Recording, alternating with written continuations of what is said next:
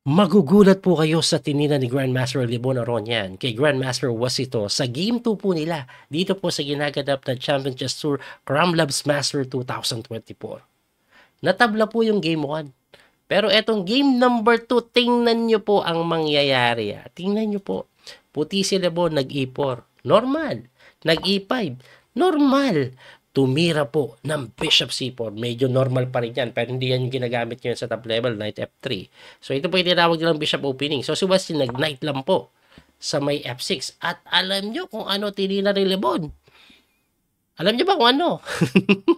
Kasi ang common dito, C3 or D3 I mean. Iba nagna-Knight dito. Pero Lebon Aronian, akala niya bata kalaban niya. Queen F3 lang. Parang 4 moves checkmate kung walang knight may threat na mate. Anyway, tingnan nyo naman yung ginawa ni Wesley. Nag C6 lang. Pagka C6, tumira po ng knight C3. Wesley so nag B5. Tumakbo po sa B3 and then nag-knight A6 si Wesley. Sabi, tinitirahan mo ka ng pambata. Eto sa'yo, novelty. First time nagamit yan. First time. At eto nagsimula po sila sa weird na opening pero naging magulo ang laban agad. Tingnan nyo nag A3 po yan. Bakit? Kasi nga papatayin po yung bishop Tinirahan po ni Wesley ng knight lang po sa may C5. Tumakbo and then nag A5. Ang pinakaplano po niyan, tutulakan niya talaga para malibre ito Pero itong si Lebon, instead na depensa, nag-knight lang po sa may ito. Ibig sabihin, inaalaw lang yung B4, babagsak ito na kung saan, actually, mali pala yung B4. Ang tamang tira daw is Bishop A6. Pero Wesley So, tinira pa rin po yung B4 Bakit siya mali? May ganito pala, tingnan nyo, lalim. Pam. Kain.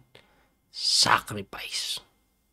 I mean, nakita yan ni Wesley, kaya mabilis na kinain yan May kain sa A1. Pero, it looks okay kasi may capture naman po sa may C3, di ba? Di ba parang okay lang? Of course, pag binawi mo yan, magdi-develop pa lang normal. Okay na okay ka dyan Okay na okay. Kasi 2 pieces for a rook. Pero, may tira pa lang matindi si Lebon. D4 lang. Sangga lang yan. Ang pinaka-threat niya, pag kinapture mo, takes. Pag hindi mo kinain, ikaw kakainin.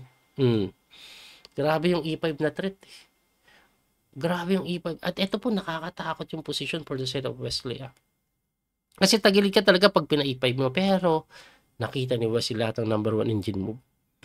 Kain lang sa B2. Siyempre, kinain yan. And then, Queen B6, mamamangha ka. Bakit? Equal lang daw yan kasi kainin mo man ito. Okay, pakita ko lang kainin mo man ito, may takes ka dito. Ngayon, pag kinain mo yung knight, thinking na nakakapture ka dalawang piyesa, may check po sa ilalim. At pagkaangat mo, bagsak yung tore. So, may ganung play. Diba? Balik natin. Kaya hindi pwedeng kainin yung bishop. Ano nang mangyayari pag kinapture mo yung kabayo? Ganon pa rin. Kakainin pa rin ito. Ngayon, pag kinaslingan mo, talo ka pa kasi may bishop takes C5 depensado. So, mapipilitan ka doon, kainin mo to, transpose, ganun lang.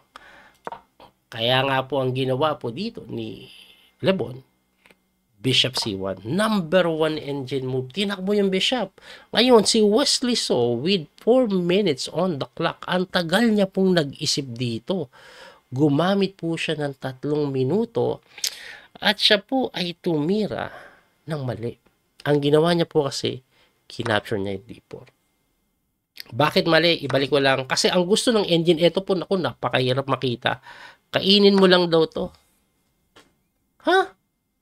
Ibibigay lang to? Oo! Pag kinapture daw yan, may check. Ayan. So, bagsak yung tore. So, hindi pwede, di ba? Ngayon, di kainin natin to. Yan kasi ang best move. Nakapin, hindi ka makagalaw. Pag yan naman ang ginawa, Bishop B7. Tindi pala yan. So, atakado yung tore. Ngayon, pwede kang umistyle na kainin mo to. Pagkakain mo dyan, kakainin yan, and then kain ka dito, knight takes, tapos magkakasling ka lang, equal. No? Pero, pwede din ganito.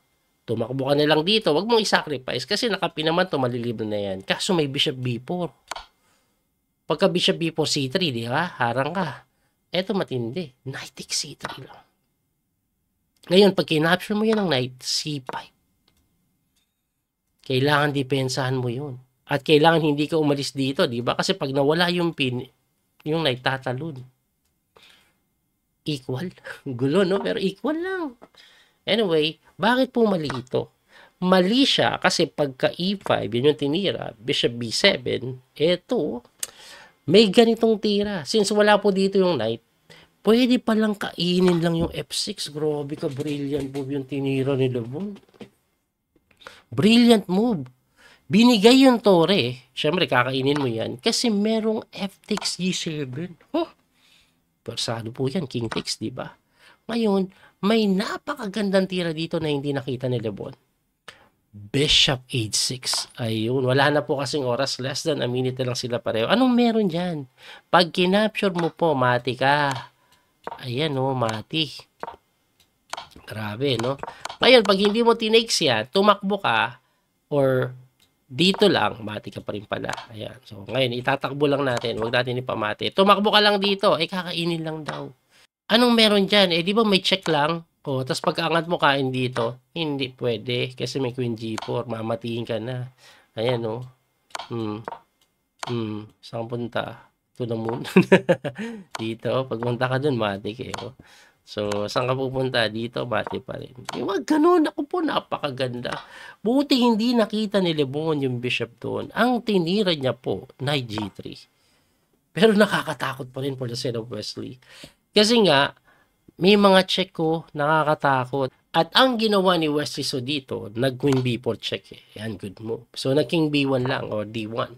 Ngayon, pagka king D1, dito po kayo malulungkot. Kasi, panic time na, napakahirap ng position. Ang tamang tira daw, sabi po dito ng engine, rook G8, takbo, harang mo bishop doon. Ganun daw. Kaso si Wesley so, ang ginawa niya, tinakbo niya yung kabayo niya doon. Na mali. Kasi may knight H5.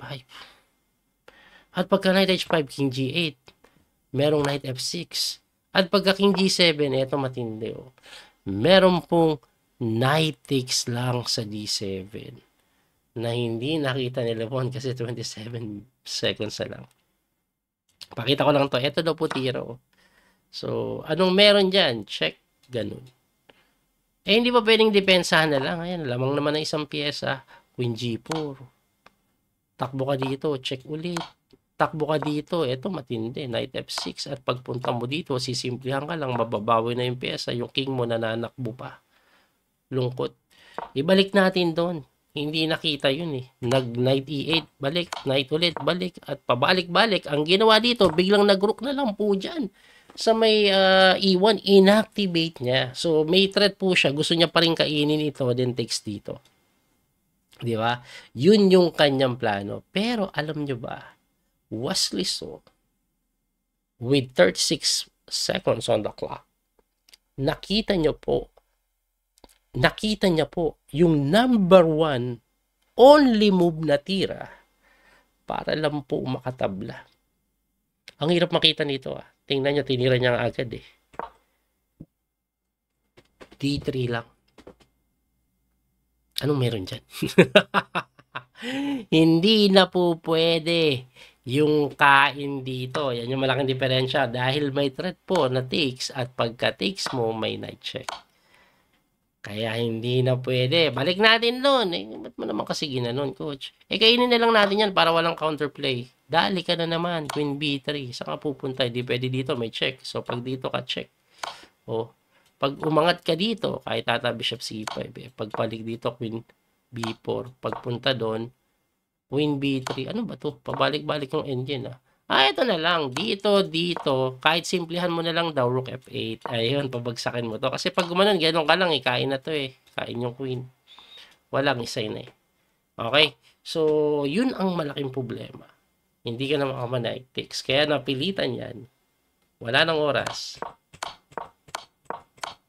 Pabalik-balik. Grabe yung laban ng dalawang yun, no? Tindi. Nakakatakot yan habang pinapanood ko. Anyway, dahil po dyan, tabla po yung game number 2. So, best of 4 po ito Unahan pong maka 2.5, siya magmo-move on sa main event na gaganapin po bukas. Ngayon, abangan nyo po yung nangyari. Round number 3 and 4, i-analyze natin sunod kung sino ang pumasok sa bracketing kasama sila Magnus. Hanggang dito na lang po muna tayo. Muli ito po yung Coach Speedy Master Daniel Causo. Hanggang sa muling pagkikita. God bless po mga kabiyahe. Bye-bye po. Thank you sa support. That little mouse, 'cause I'm an albatross.